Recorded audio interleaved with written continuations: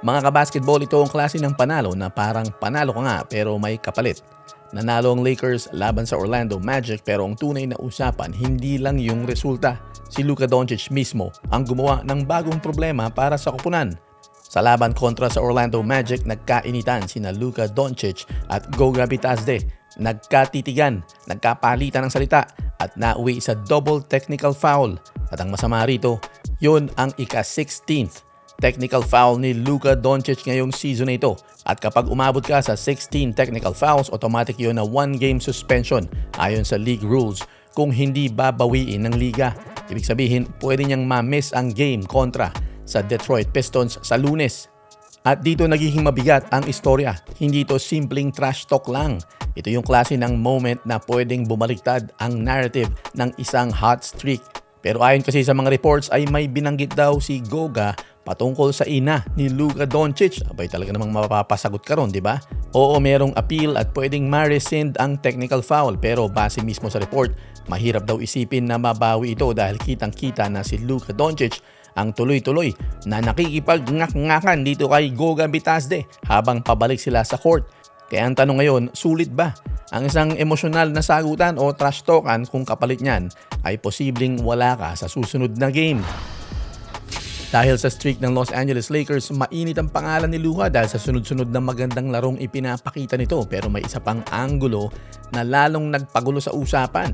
Pagkatapos ibuhos ni Luka Doncic ang 60 points sa 134-126 panalo ng Lakers kontra Miami nung isang araw, si Bam Adebayo ang napagitna sa isang backlash, hindi dahil sa laro niya. Nagtapos siya ng 28 points, 10 rebounds, 2 assists at isang steal, kundi dahil sa sinabi niya pagkatapos ng laro. Nagsalita si Bam na marami raw talagang naipasok na may hirap na tira itong si Luka Doncic, pero dinigtungan niya ito na alam daw niya ang pakiramdam ng nasa ganoong klaseng mode. Dahil nga gumawa siya ng 83 points nung isang araw lamang, hindi ba? At hindi raw madaling umabot ng 80. Dahil sa sinabi niyang iyon ay nagliyab ang social media. Kasi malinaw na ibinalik niya ang usapan sa sarili niyang 83 points na ginawa niya laban sa Wizards noon ngang March 10. At kaya sobrang hati ang mga fans dito dahil hindi lang ito tungkol sa quote, tungkol ito sa timing.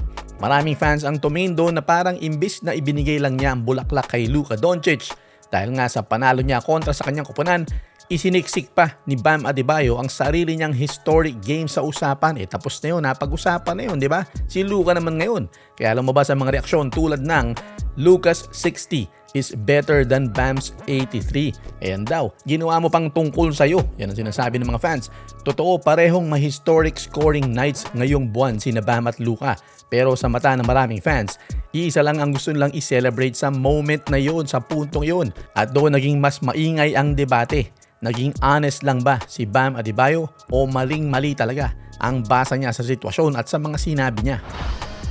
Pero habang abala ang lahat sa drama at backlash, may mas mabigat na kwento na tahimik na nangyari. At ito ang pinakamatinding ending sa video na ito.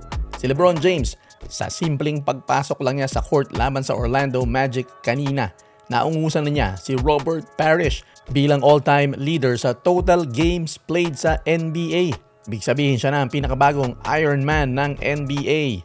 At ang pinakamabigat dito, hindi ito yung tipong record na naabot mo bilang role player na nakikisabay na lang sa dulo ng kanilang karera. Si LeBron James sa edad na 41, produktibo pa rin, relevant pa rin at bahagi pa rin ng seryosong contending team. Bago ang game na ito, may average siya na 21.3 points, 6.9 assists at 5.8 rebounds ngayong season na ito. At dito mo makikita kung bakit sobrang lakas ng Lakers story ngayon. Sa isang banda, nandyan si Luka na laging nasa sentro ng chaos, init at debate. Sa kabila, nandyan si LeBron na tahimik pero paulit-ulit pa rin binabago ang history books. Yan ang dahilan kung bakit hindi mo pwedeng baliwalain ang koponang ito ng Lakers. Hindi lang sila nagbibigay ng highlights, nagbibigay sila ng kontrobersiya, diskusyon at legacy moments sabay-sabay. At sa totoo lang, iyon ang pinakadelikadong klase ng koponan. Yung team na kahit anong anggulong tignan mo, may malaking kwento. 9-game winning streak ngayon ang Lakers at pangatlo sa Western Conference. Nakikita mo ba na uungusan ng Lakers ang Spurs for number 2 spot?